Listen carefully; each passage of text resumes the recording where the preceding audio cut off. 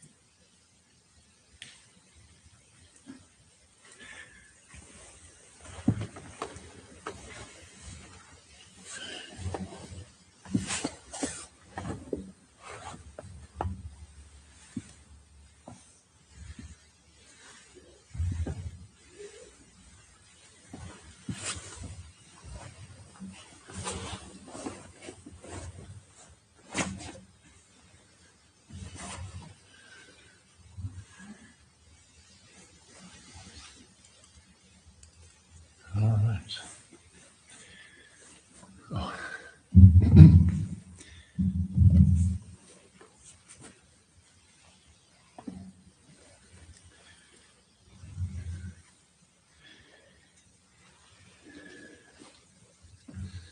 Well, hello, everyone. My name is Ajahn Wade Buripano, and came down here from the Ashokan Meditation Center in upstate New York about 6 weeks ago. And,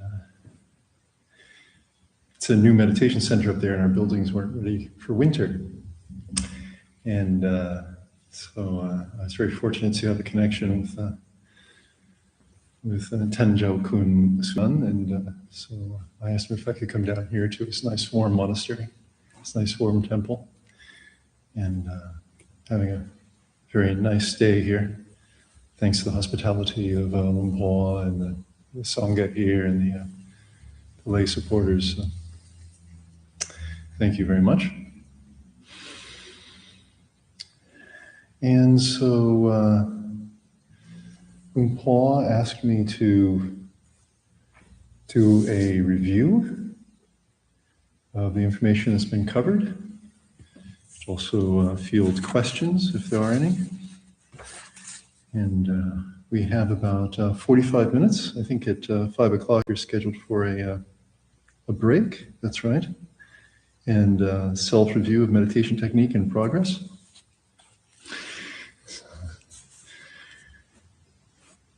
And so maybe what we'll do is start off with a brief recap. Look at the schedule here to jog my memory, make sure I don't miss any key topics.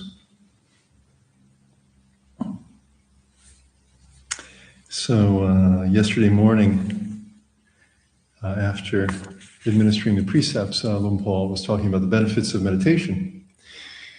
And I think, modern science tells us that there are many benefits to meditating, especially if we meditate on a regular basis over a long period of time. It's very good for us mentally and emotionally and physically. And I think those of us who meditate regularly can attest to this. And we feel the difference if we meditate sincerely, even just for a little while. If we stop when we're done meditating and pay attention to how we feel, we usually will find that we feel calmer and more aware, and our mood is better. Luang Por also talked about the merit of practicing meditation. You see in the suttas, it says that if you give something to a human being, it will come back to you at least 1,000 times over. Yeah. And it says that as much good merit as this is, even if you were to give away 84,000 in gold and silver over the course of a year. So I would say in modern times we say even if you gave away millions of dollars over the course of a year, it wouldn't match the merit of undertaking the 5 precepts. And you all have undertaken the 8 for a few days now for this 5-day retreat, for those of you here for all 5 days. So congratulations, it's even better merit, you know. And then he says, as wonderful merit as this is, keeping the 5 precepts, he says that it's still even greater merit to practice loving kindness meditation for as long as it takes to milk a cow. And I think I've been told, and maybe I read it, that it used to take about 15 minutes to milk a cow. I believe that this applies not only to loving kindness meditation, but to samatha meditation in general.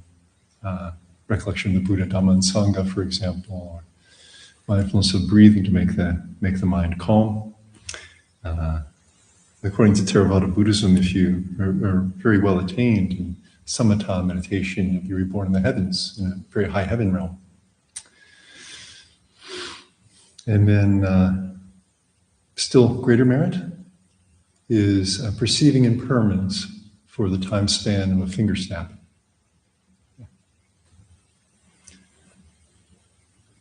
And so this speaks to the merit that Luang Por was telling us about. Comes from meditation. And of course, we know that meditation is a part of the Noble Eightfold Path, which leads to enlightenment. So the very greatest kind of benefit possible. And then he expounded on the terms citta bhavana. And citta bhavana, citta meaning mind. In the Thai traditions, we oftentimes use heart with mind interchangeably. So, and in Thai, they often use the words heart and mind together as a compound.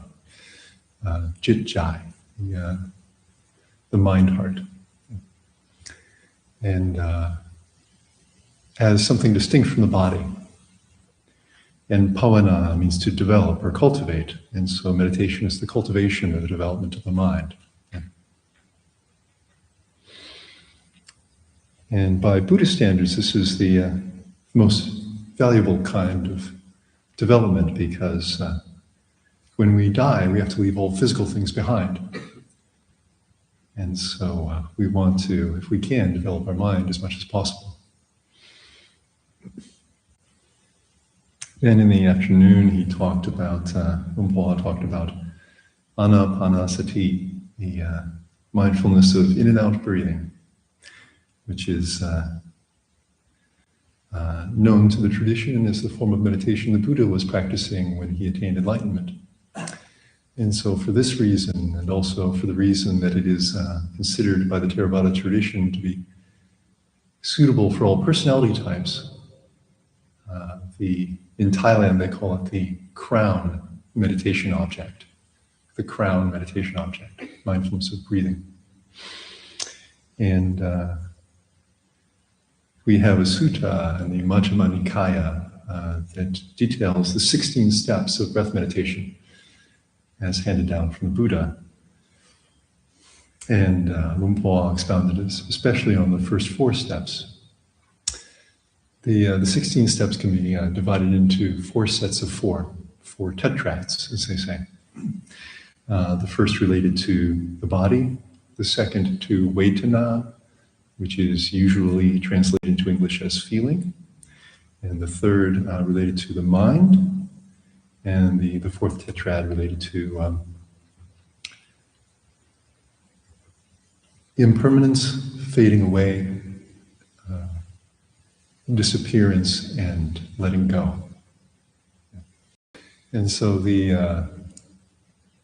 first tetrad that Luang Por especially expounded on was the tetrad related to the body, which is getting to know the breath. Breathing in, the meditator knows he's breathing in. Breathing out, the meditator knows she is breathing out.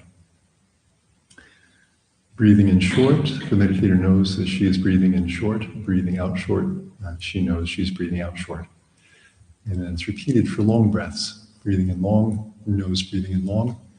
Breathing out long, nose breathing out long. And breathing...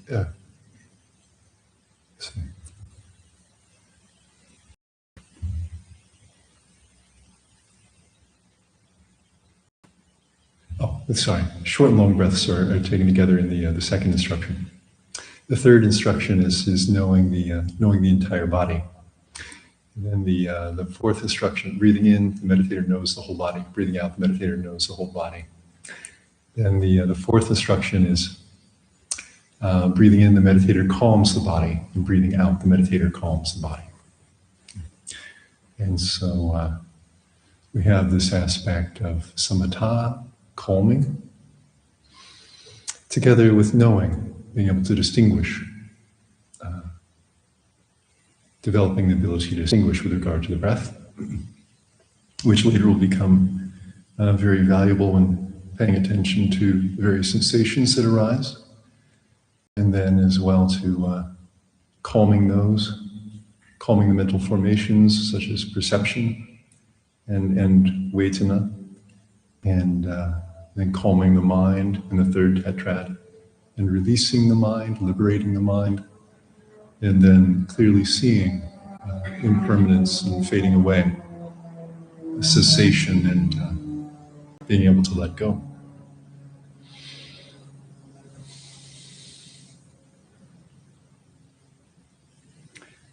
And so Lumpua told us about Anapanasati.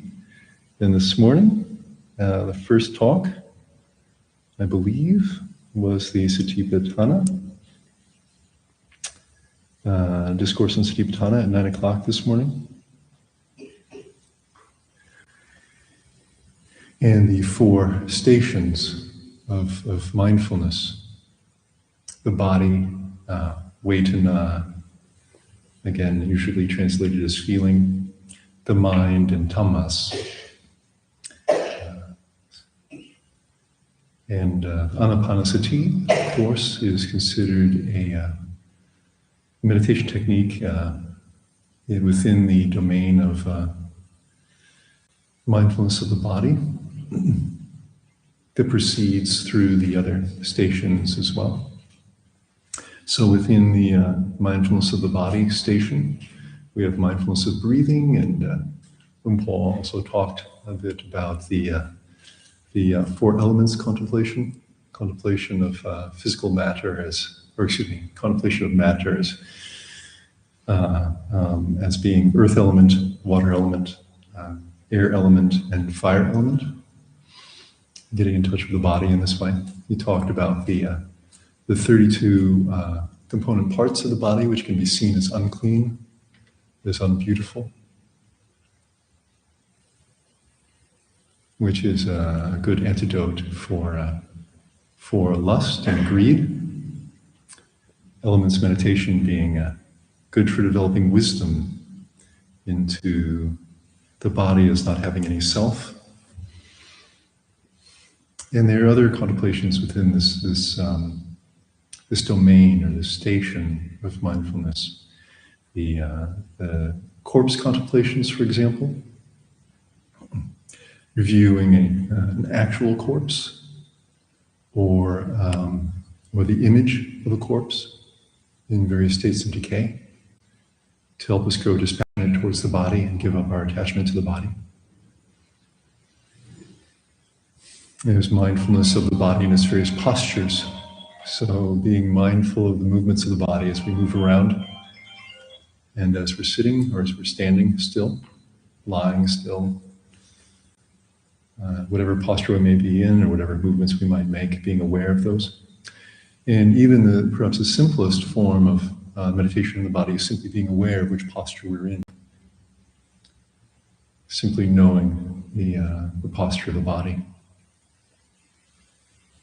And by Theravada tradition, when we're practicing 4 foundations of mindfulness, we want to start with one of these body contemplations, whether it's the breath or one of the other ones that I've mentioned, because they're more prominent kinds of objects. And they're stable, they're relatively stable compared to things like our emotions and so on. If we talk about breath meditation, for example, we always know where to find the breath, and it's very predictable. And so it's a relatively easy object to train our mindfulness on. So we begin with a body object when practicing the four foundations of mindfulness. Luang Por also did make reference to the kammatthana in general, which include meditation objects that are not in the four foundations of mindfulness. These include, for example, loving kindness meditation, recollection of the Buddha, Dhamma, and Sangha, some objects I mentioned before. Now within the four foundations of mindfulness, objects that are relatively prominent and that are predictable in the sense that we generate them. And so we know where to find them. Some advantages to these kinds of objects to train our mindfulness and our meditation with.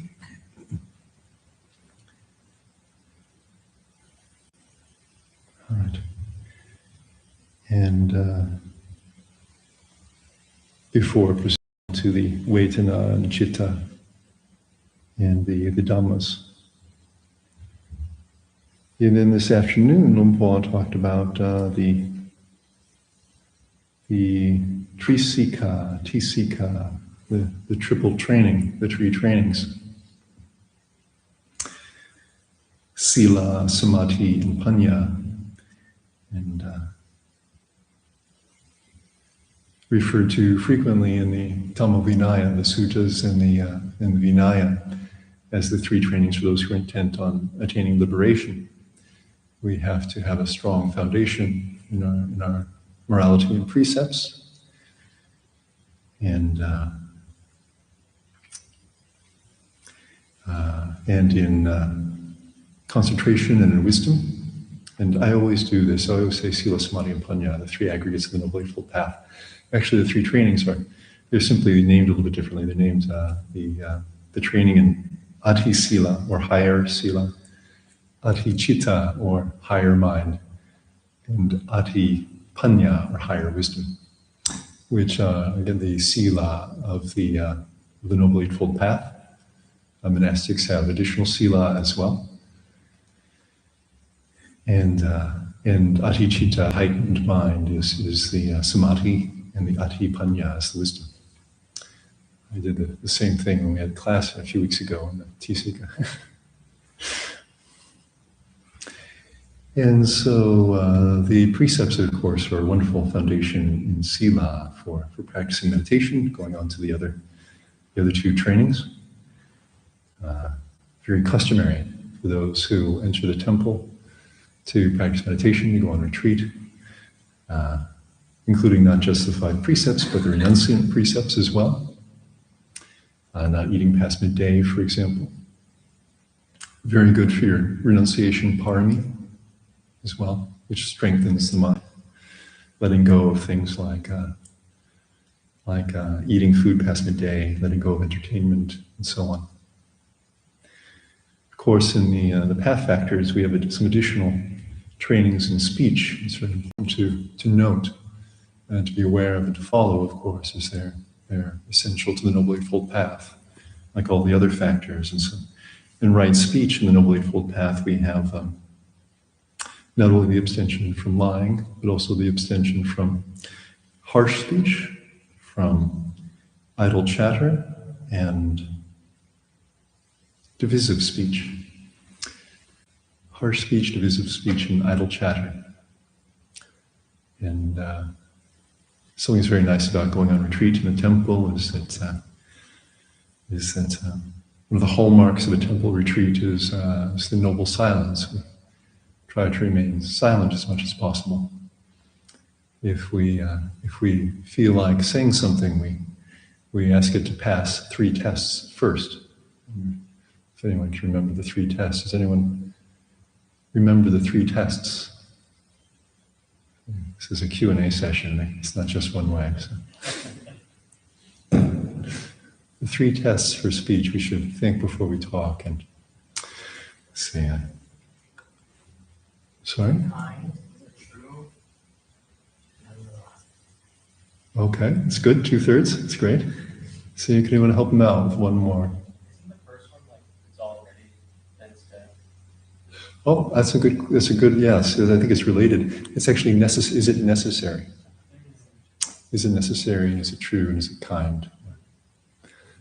And so this is an exercise in mindfulness, isn't it? It's so common for us as human beings that we feel like saying something.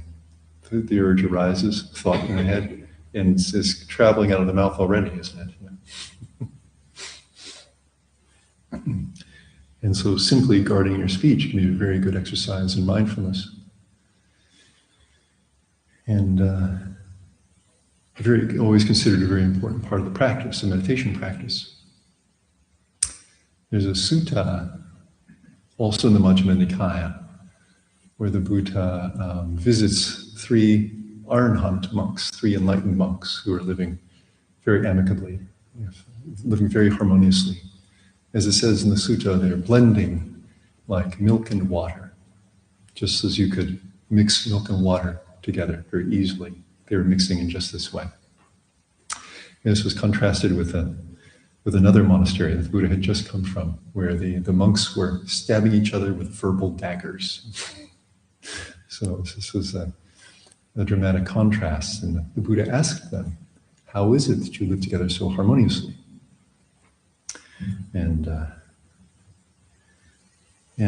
one of the things they said is that they hardly ever spoke. Okay. And because they were intent on, they were staying with the peace, so on like this, I believe, that they had internally. And there's no need to stir the mind up and get involved in talking and so on. They were quite fortunate also to have the precepts that the Lord Buddha had given them, and the customs of the monastic culture to follow. So they had all this training as well, and their lives were very simple. Just as when we're here in the temple, their lives were very simple, so there wasn't too much to discuss. But they never engaged in any idle chatter, and so when there was something to be done, if it required 2 of them, they knew what to do, and they could just motion to each other, and they knew what to do and how to help each other out, and they looked after each other. So they still had loving kindness for each other, and so they practiced acts of loving kindness in body, speech, and mind towards each other. And then once, so on the, I was about to say once a week, but it isn't quite exactly right. So on the moon phases, so which works out to about once a week, when they did their observances, they would spend the entire night speaking Dhamma, conversing about Dhamma with each other. And so their speech was very beneficial to each other, and it was very useful, and there was no idle chatter.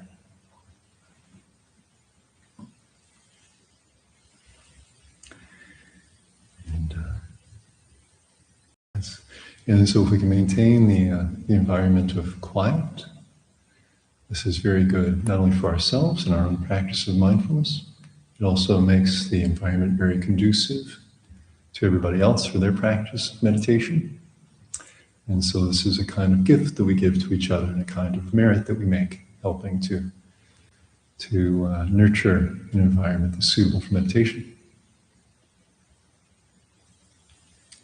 All right. So that's, I started talking about the Chisika, and that was in relation to speech, which was in relation to the training in higher sila, or conduct, morality and conduct.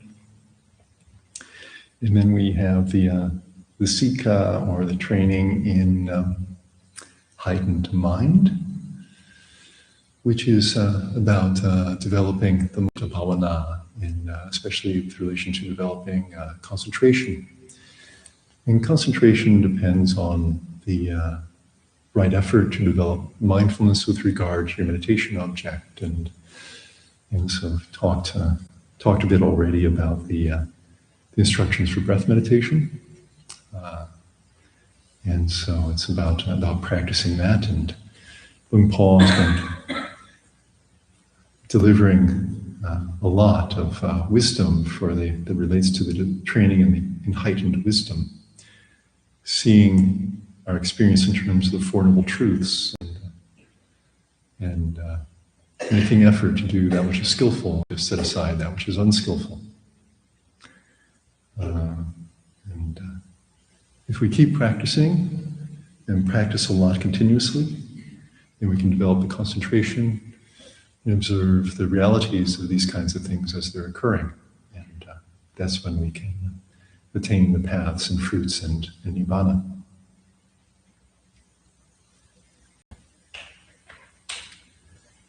All right.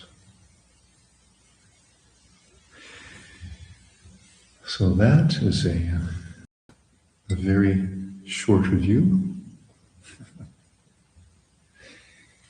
And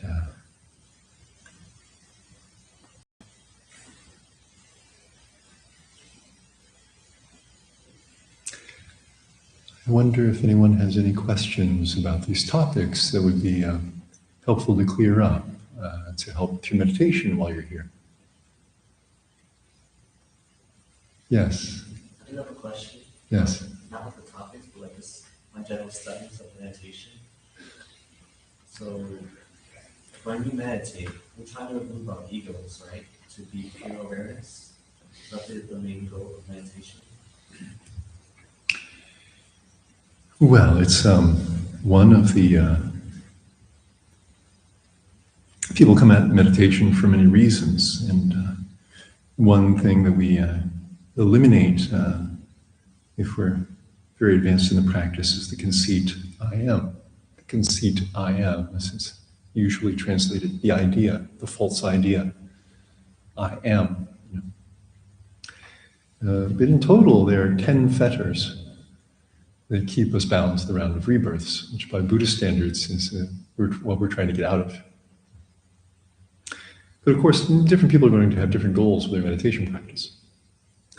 And so what I've said is about kind of the traditional Theravadan point of view on it. And some of us are trying to learn how to lead a less stressful life, and some of us would like to have a better memory. Meditation may help us with our memory, for example. Some of us would like to learn how to manage our emotions, or perhaps even lower our blood pressure. And all these are very good things, of course, too. And so, yes, if we do practice meditation, and we can continuously develop our mindfulness of the breath, for example, then various concepts will fade away.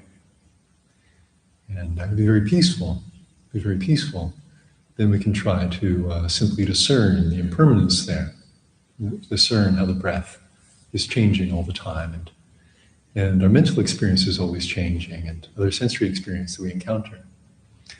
And let go of everything, even also the idea that I am.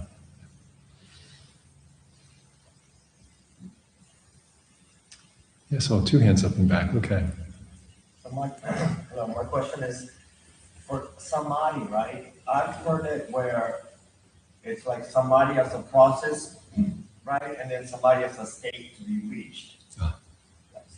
Like samadhi as the process to achieve wisdom, and then samadhi as a state of non-dual state that you reach through deep absorptions. So can you break that down at all for me, or like how's that?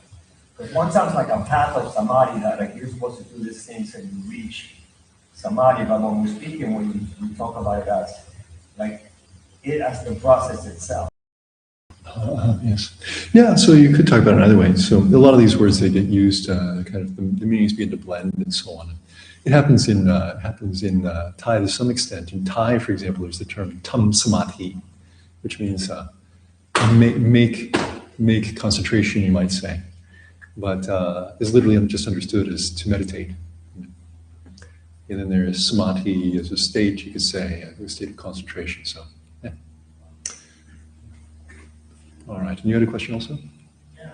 Okay. I struggle with blood pressure every so often. Uh-huh. And I know it's not my body, well, it's my mind is causing it, but it's not, it's not me, the body-mind relationship.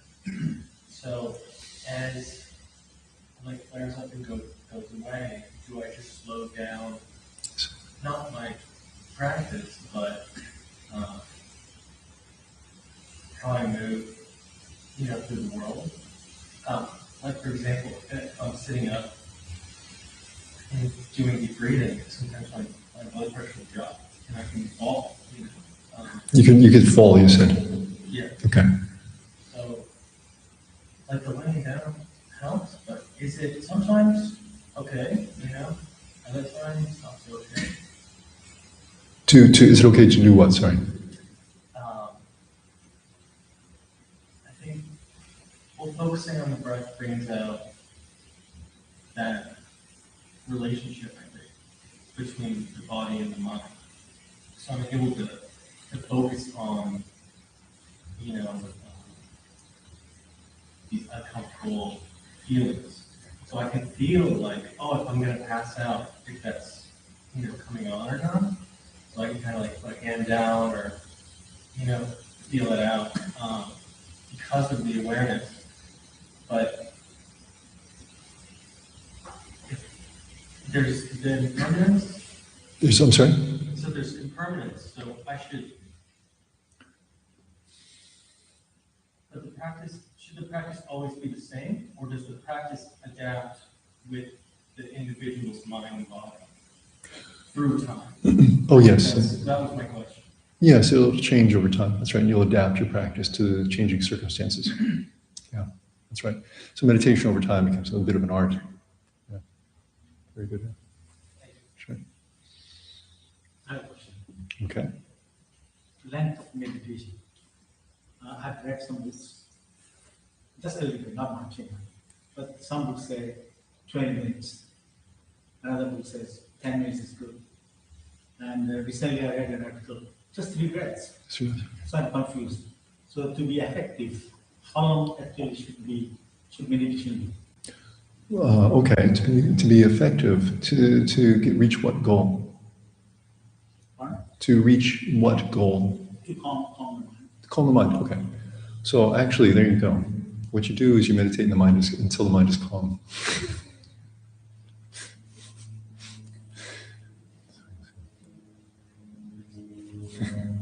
Another thing is it okay because this is a Theravada tradition?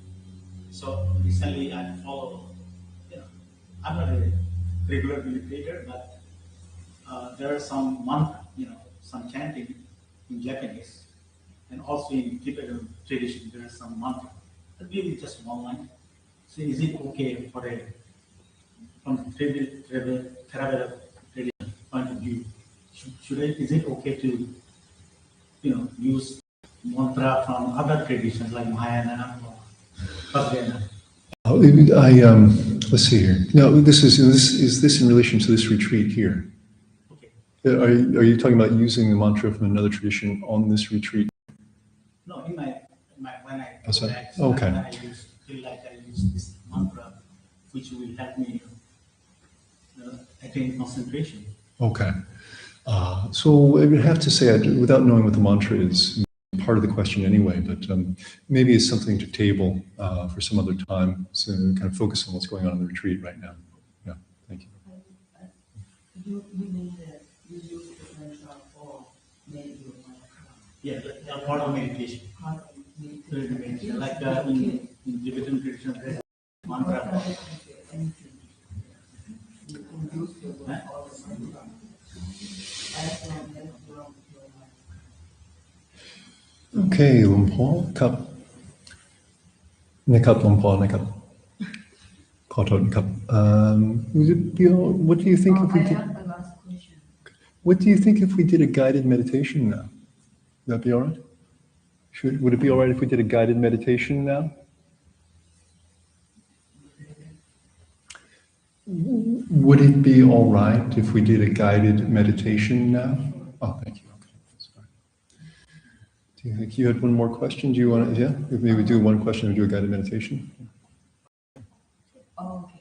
So, could you please share your experience about the meditation when the first time that you do the sit meditation and what happened when you close your eyes and you start breathing in, breathing out? Because I believe that a lot of us is like a brand new, and you passed that experience before. So I think it's very good to share the experience because I know that we can adapt that kind of experience to ourselves when we see something or know something or we, during the meditation. Right.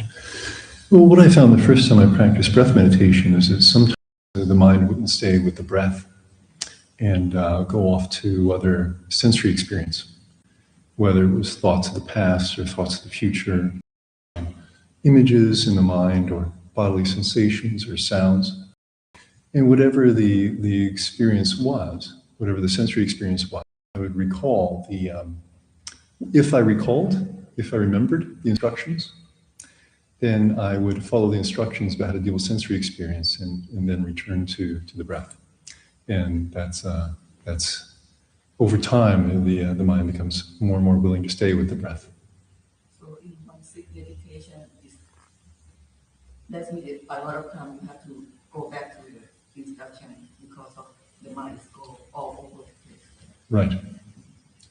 Yes, right. Yeah, maybe that answers a lot of person that have the first experience as well.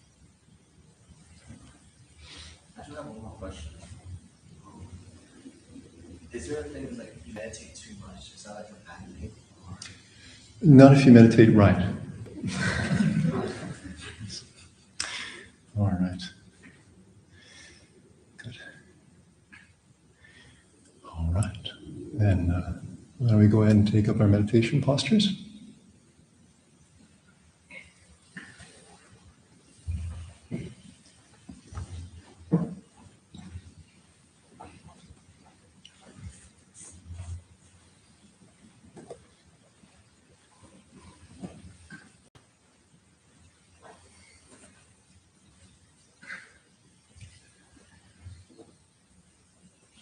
All right. Very good.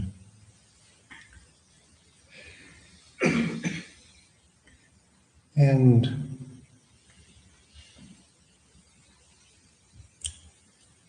when we meditate, we're practicing mindfulness of breathing. We want to come inside.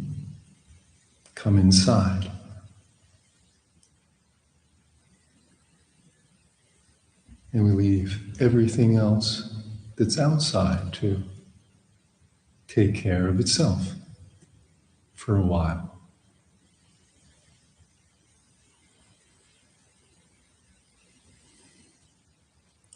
And we want to be in the present moment. And so we leave the past. It's nowhere to be found anymore anyway. It doesn't really exist. Neither does the future. So we let go of the past and the future. And we begin to notice right here in the body by getting in touch with the sensations that we experience in the body. And so I would like to ask you to notice some feelings in the body.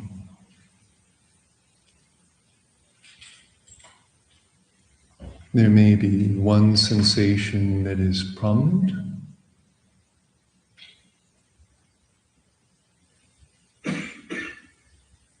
or you may notice multiple sensations.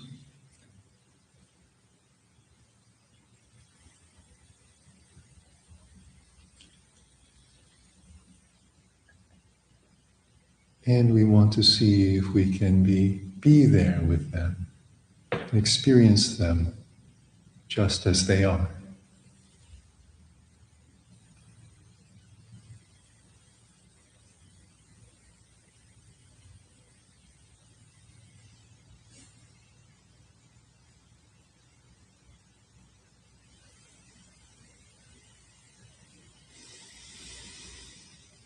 All right.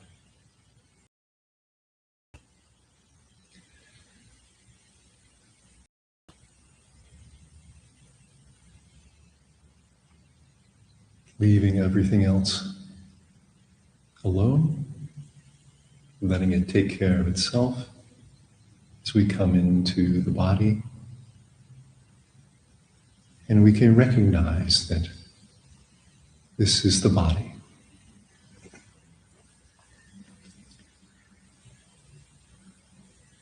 And then I would like to ask you to pay attention to one sensation in particular, and that is the feeling of the breath.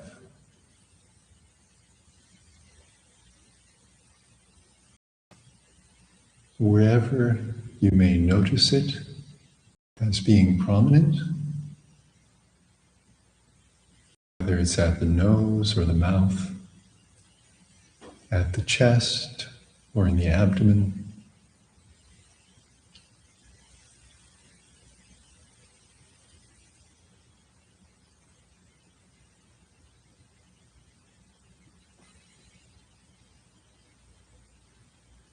and as we become aware of it, it may change.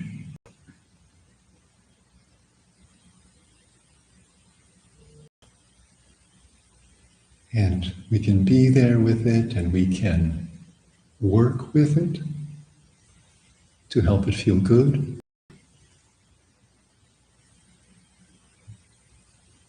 As the breath nourishes the body.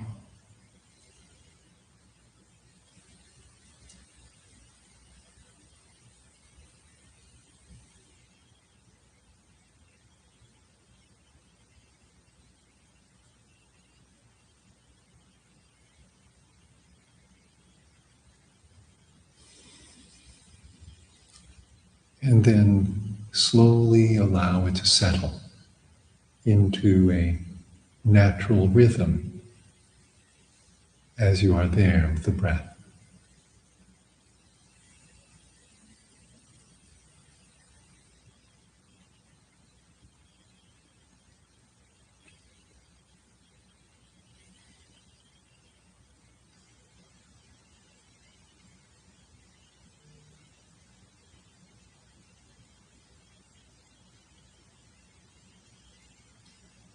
All right, very good.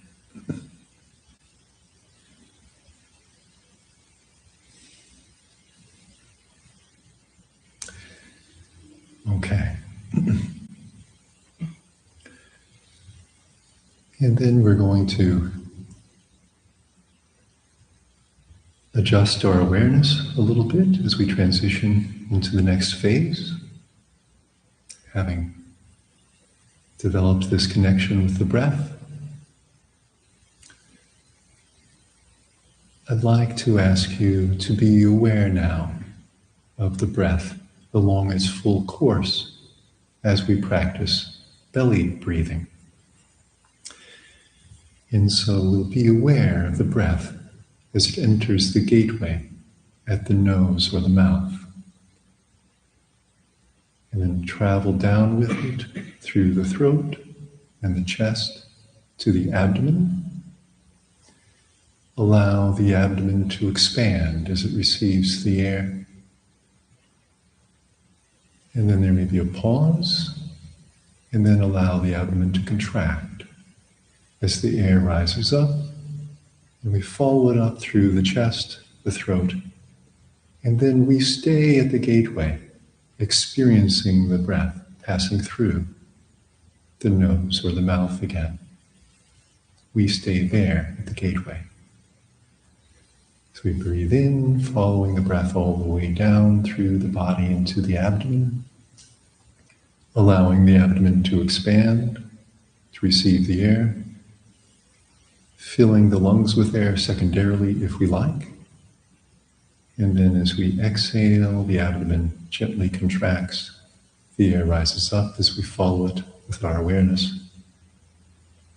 We stay at the gateway, experiencing the air flowing out through the nose or the mouth.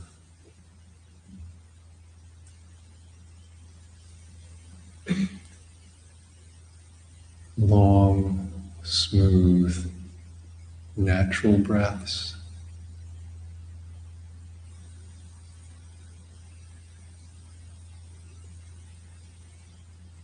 Made with awareness.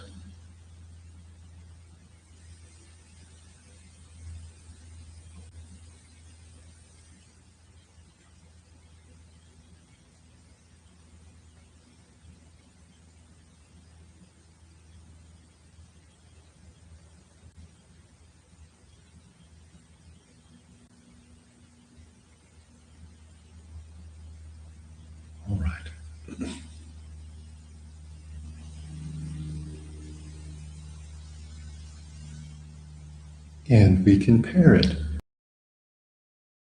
with our interest in becoming calm. As we breathe with awareness, we can think, may I be calm.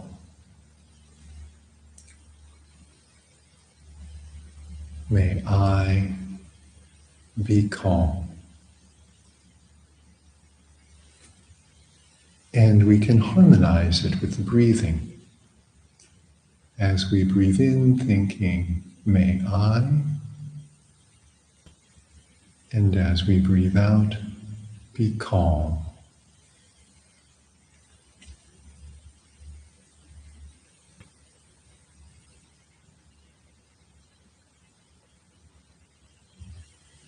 May I be calm.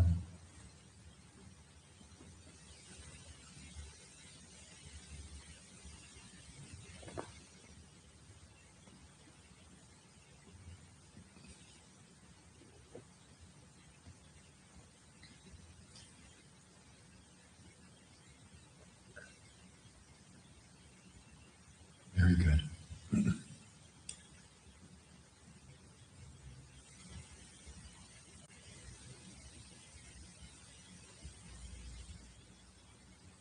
May I be calm.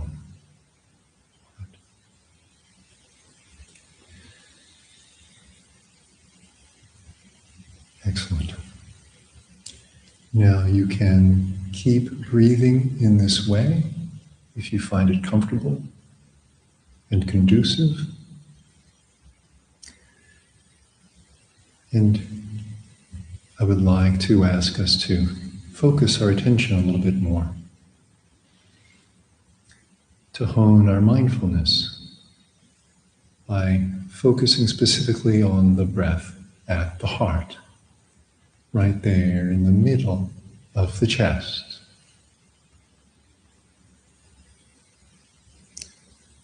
Feeling the breath rising and descending within the middle of the chest, or the rise and fall of the chest itself.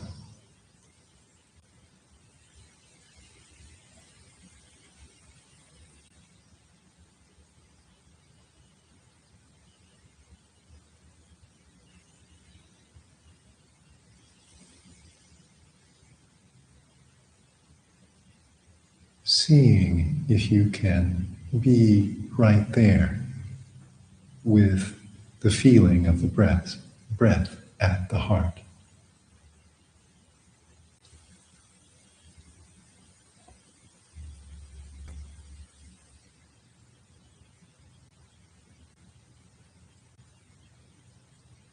All right.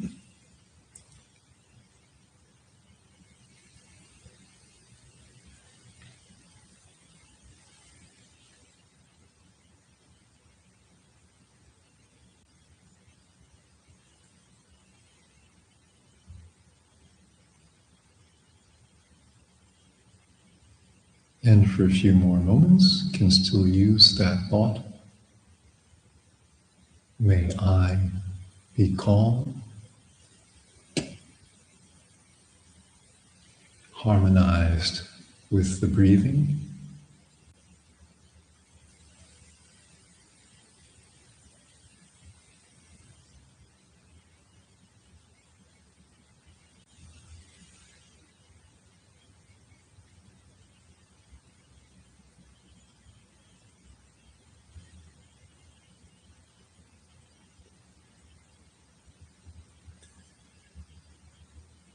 Very good. Okay.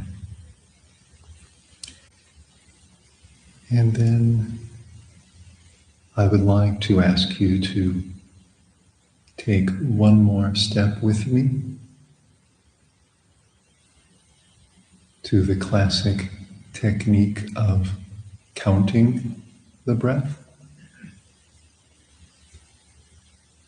As we're aware of it right there at the heart.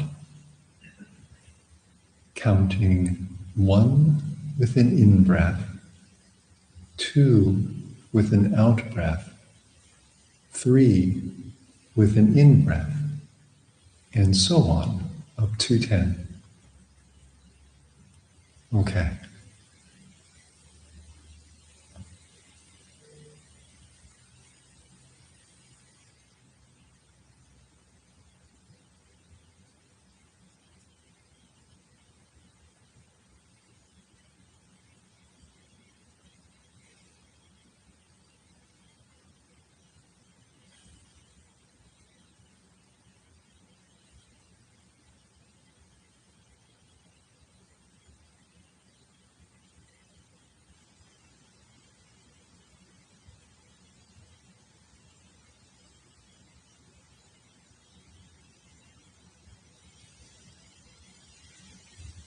Okay. Now, if you've reached 10, that's wonderful. If not, that's also okay. We just begin again with 1 on an in-breath, 2 on an out-breath, 3 on an in-breath. Continue on up to 10 again.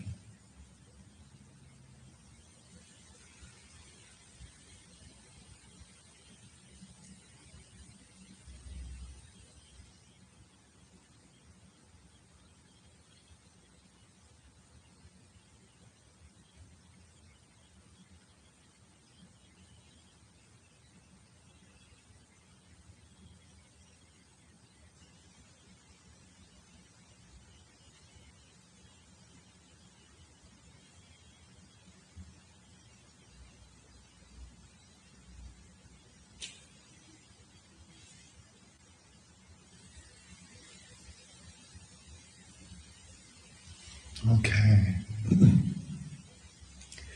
Once again, if you've reached 10, that's great. If not, that's also okay.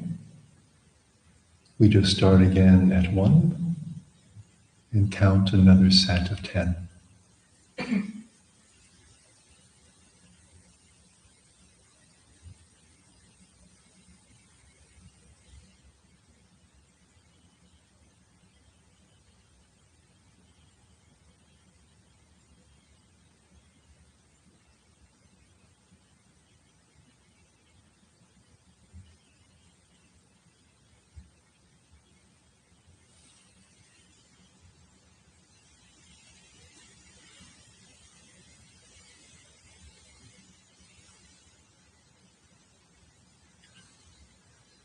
And I'd like to ask you to keep practicing in this way, counting the breath in sets of 10. And in a few moments, I'll offer some advice about working with difficulties we might encounter. Although you may not encounter any.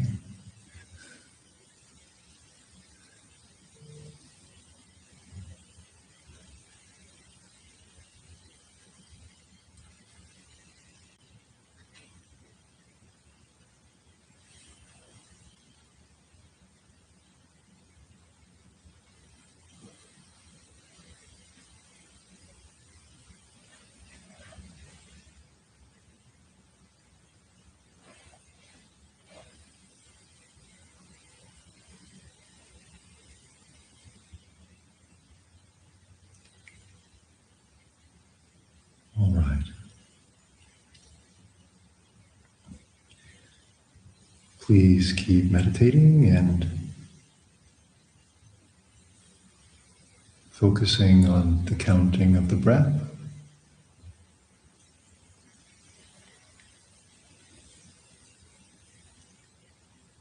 And if I say something relevant, it will come through. But otherwise, no need to pay me any attention.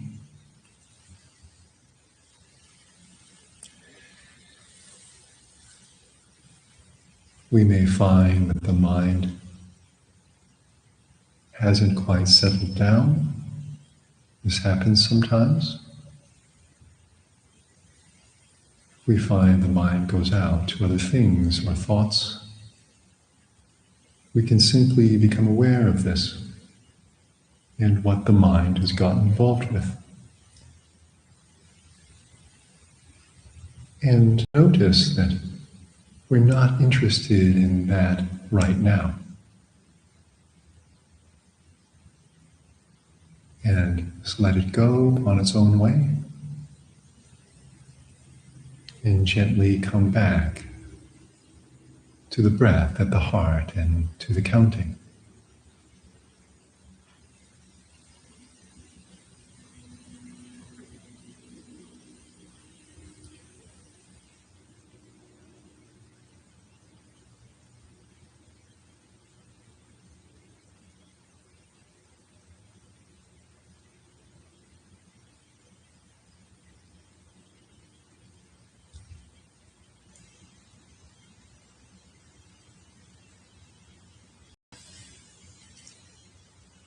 And if the mind is persistently restless, then we might return to our thoughts of calm. May I be calm.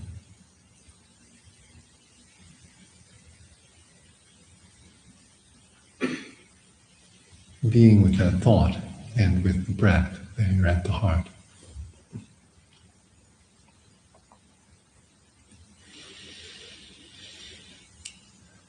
On the other hand, we may sometimes find that we become drowsy.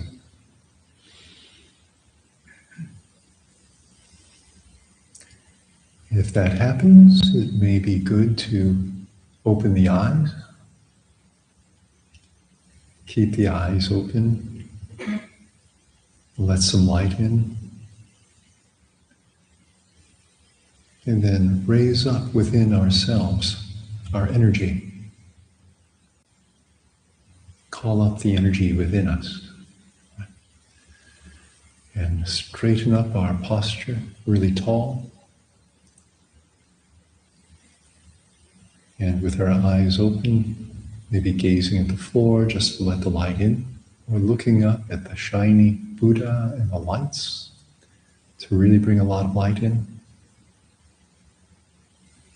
We can adjust our breath if we need to, a little bit, breathing a little bit more deeply to help us be aware of it, count it.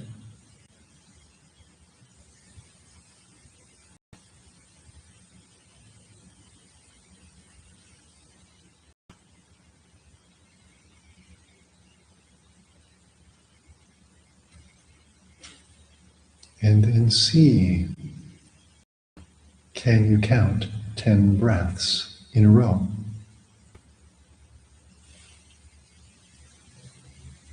And if so, how many sets of 10?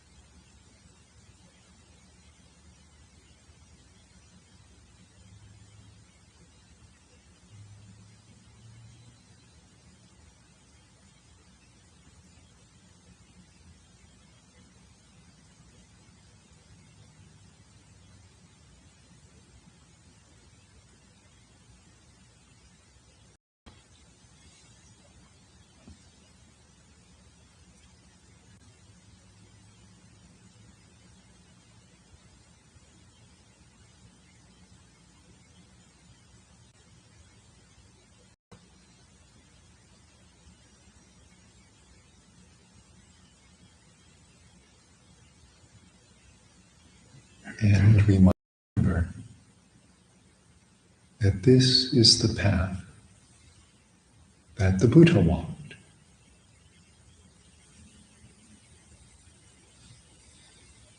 Mindfulness of breathing.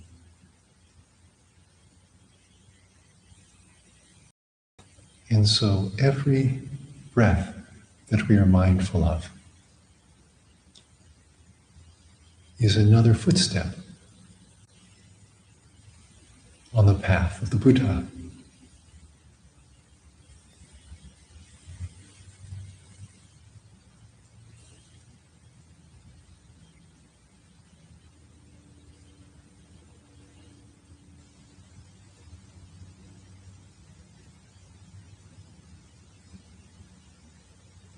And he told us that as long as we keep trying, we will get better at it.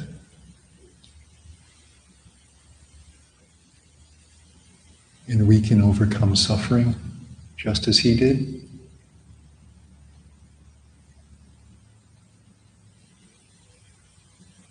And we can attain liberation just as he did.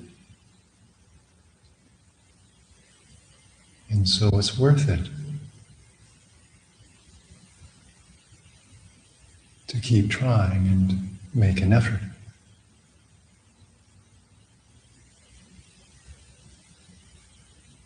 Letting go of other things one by one. Being here at the heart with the breath.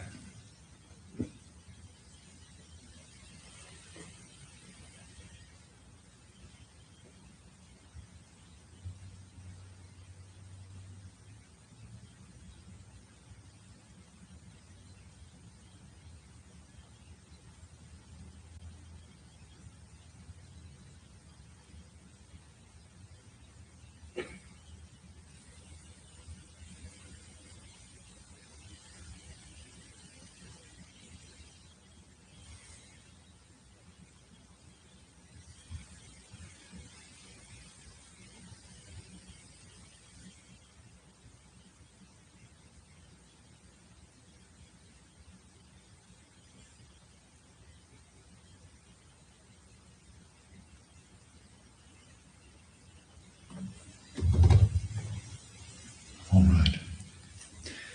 And I would like to invite you all to continue practicing here in the hall if you like. It's 5:15 now, unless Lumpua has other plans. Those of you who would like to do walking meditation, I'm sure that you can. Or if you have other things to take care of before the chanting starts at 6.